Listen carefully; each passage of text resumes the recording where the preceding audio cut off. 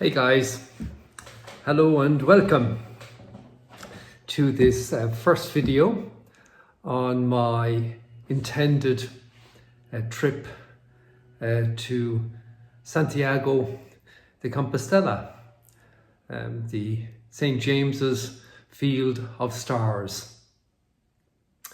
It's November, early November, and it's a cool day out. And I'm sitting here in my living room and I'm talking about a walk I plan to do next May. So you may be wondering, why am I talking to you in November? Well, let me maybe take a couple of steps back and give you a little bit of backstory and you'll understand. I have a daughter called Ellie, and she is with her partner Carl. They form Tough Souls website, definitely worth checking out. She is a long distance walker, an endurance runner, and many other things. But many years ago, before she was those things, I invited her to walk the Camino with me, and she said she would, and we intended to do so. But then this other wonderful young man came into her life and she walked it with him instead. And they did the coastal route to Santiago from France. And I think they went as far as Finisterre actually and did almost 1,000 kilometers.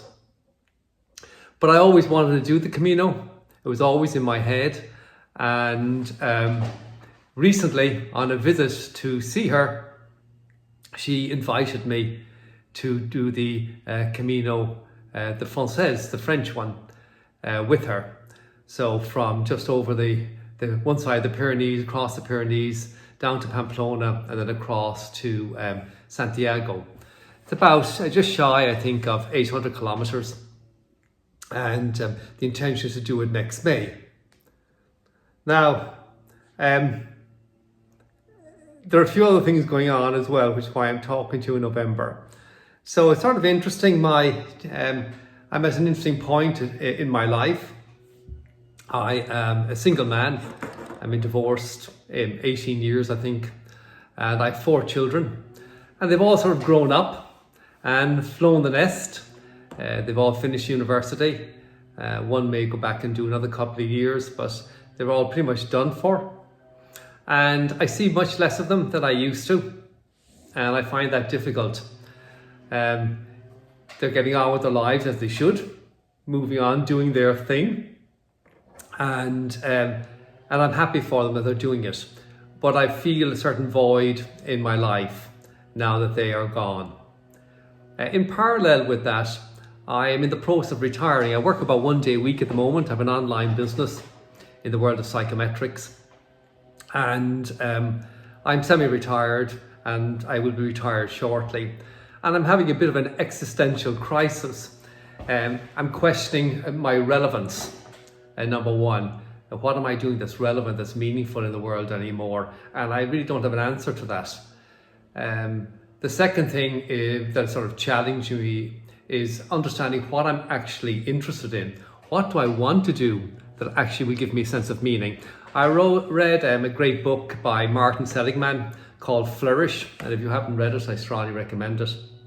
And he talks about PERMA, positive emotions, engagement in the flow, doing something where we're engaged in the flow, relationships, so positive relationships, meaning or purpose, and a sense of accomplishment. And he says these 5 things sort of encompass being fulfilled and flourishing. And I've been thinking quite a lot about it and struggling to understand what it is that actually gives me a sense of a meaning, a sense of purpose, so that I will flourish, and what can I do where I can accomplish things, and so on. So what are my actual interests? I'm also very interested in the area of spirituality. I've been a student of philosophy for a long time now, and I struggle with these questions. Whether there is anything besides us, whether there's any purpose or meaning to life, whether there's a God or not, and so on. And I'm coming to some conclusions on it, but I would like to actually have a pause in my life, have a point, a sort of a break point, a sort of a reset, if you wish. And the idea of doing a long walk over maybe 5 or 6 weeks in somewhere like the Camino, I think would be really, really useful for me. It helped me create that break, that pause, that point of reflection, and then relaunching myself into my new life. Now, I ride a motorbike, and for example, last June I rode down to Morocco, did a tour of Morocco and rode back. I did 8,000 kilometers. And I do that on my own, and I enjoy that. I enjoy that kind of interest, and I enjoy travel. But I want to do a different kind of travel, I think. I think I want to do a travel with others as well, where I experience others, maybe a slower travel. And this Camino, I think, falls into that area. I'm also big into health and fitness. I'm a runner, I'm a hiker, I work out all the time. So this whole thing of health and fitness, not just spiritual health and fitness, but emotional, mental and physical and material health and fitness are really important to me. They're a big driver in my life. And I see this as an opportunity also to sort of, if you combine a number of these things into one little effort. And so I'm really excited to do this. I think the most exciting part for me is to do it with my daughter, Ellie. I love all my children and I'm close to them, and I'm very close to Elizabeth. When she was young, we used to ride out together, hack out, and we spent a lot of time together. So she's very important to me, and the idea of spending a number of weeks just walking the Camino with her really resonates with me. Now, the reason I'm sort of doing this now is I want you to sort of experience with me, whether it's got value or not, who knows, but for me it has value doing it. I hope it'll have some value for you watching it. I want to explain my process, what I do and how I got there. Let me show you a couple of things. So I got some books. So the first book I want to talk about is this book very quickly, Buen Camino. This is written by Peter Murta and his daughter Natasha. Peter was an editor in the Irish Times, and his daughter Natasha was just finished the second cycle and getting ready to enter university when they did this walk together. They'd previously done 300 kilometers of the walk, and this time they went and did the whole walk from beginning to end together. And in fact, they went to Finisterre, so they did 900 kilometers. And I got this book when I originally asked Ellie if she would do the walk with me. And I wanted to read it, understand it, and then do the walk with her. So I never read it. And I just read it last weekend when she told me that when she invited me to do the walk with her, I took the book out and I reread it. And it was quite inspiring, actually, and motivational. And I realized why I really want to do this with her. So this was sort of my motivation. My original motivation was this book. And then now I've reread it and it's really inspired me. The second book I got was this book called Camino de Santiago, the Camino Français, Saint-Jean-Pied-de-Port to Santiago de Compostela. And it's written by a guy called John Brierley, Brierley, a practical and mystical manual for the modern day pilgrim. I believe he died just recently, and his daughter is doing work on this now. And this is really a wonderful book, beautiful, beautiful book, a beautiful, beautiful guide. And in parallel with that, I got this Camino de Santiago, which are these maps. I'll show you a map now. I'll just do pop a photo up there so you can see it, where you actually have the route and the elevations, all the various information, where the auberges are along the way, and where's on the map, and the distance that remains to go. So I got these books and I read them. I read them all beginning to end, and I've started to plan my trip. I've been looking at what equipment I need and so on and so forth, but particularly what training I need. My daughter Ellie, she walks all the time. To her, the idea of walking 25 kilometers a day every day for 5 or 6 weeks really is, it's not that it's no big deal for her, but she's done this many, many times before. Herself and Carl, for example, walked every waymarked trail in Ireland, 4,000 kilometers, and videoed it and mapped it and whatever. So for Ellie, this is not as big a deal, I think, as it is for me. I'm also twice her age, over twice her age. So yeah, even though I'm into health and fitness, and I'm a runner and all these things, I think it's going to be a challenge. So I want to start training. So I've already started, for example, doing simple things. So when I go for my runs, now I've broken my runs up into types of runs. The first type of run is just 5K at a 7-minute kilometer. So super, super slow. And the idea is to get used to this idea of just working in zone 2, the fat burning zone, where theoretically I can keep going all day long. So if I can do 5K like that, I should be able to do 25K like that. The second kind of running I'm doing is hills. So I'm doing 10 times 100 meter sprints up a quite a steep hill. And I'm doing that to get used to hills, because I'm not that used to hills. The third type I'm doing is what I'm going to call my long, slow distance. So I'm going to do 10 to 20K trekking, hiking type runs.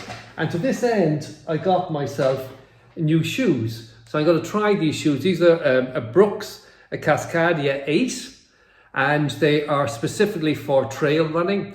And I think these are the kind of shoes I want to wear on the walk. So I bought those shoes as opposed to my Hokas that I normally use. And I also have these socks. Believe it or believe it not, my daughter Elizabeth gave me these socks as a gift about 10 years ago. They're these socks that come in, they're lined 2 layers.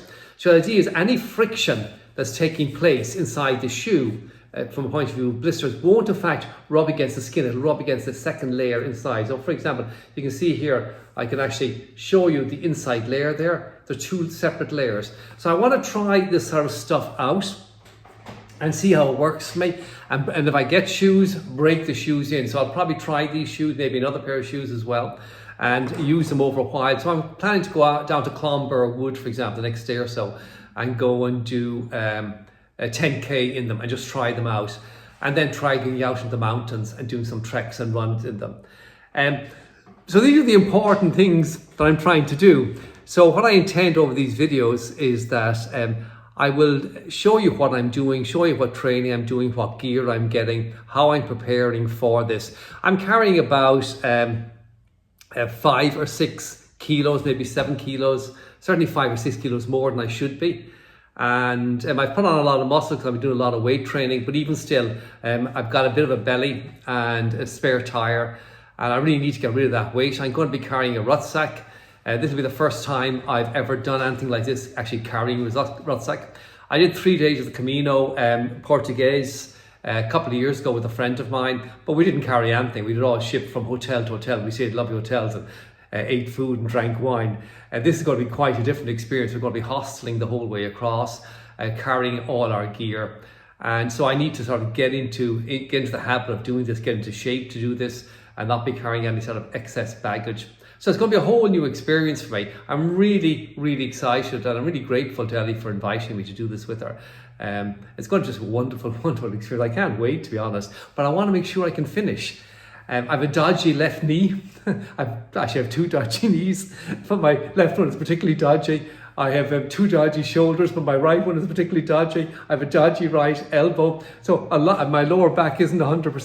So there's lots of parts of me that I've sort of worn out over the years with all the sort of exercise I've been doing. There's lots of dodgy bits to me, and I want to make sure that they hold up and I'm actually able to do the thing. The worst thing would be to not be able to finish, to have Ellie go on her own without me. I would hate that.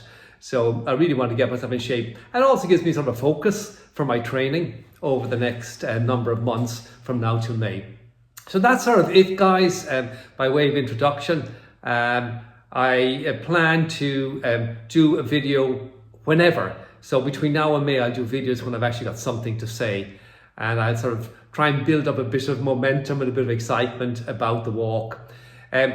Anybody who's watched any of my previous videos will know that my videos are all about how to. That's sort of what interests me. And what interests me is how do you do something, and what are my observations and what are my learnings. And that's really what I want to sort of share with you in these videos over the next few months. And then as we actually do the walk, I'll record them and upload them. And it'll be very much practical, like what was I learning, how would you do it, and so on. So that's it. I look forward to continuing the conversation with you over the next few months. Thanks for watching, guys. Bye.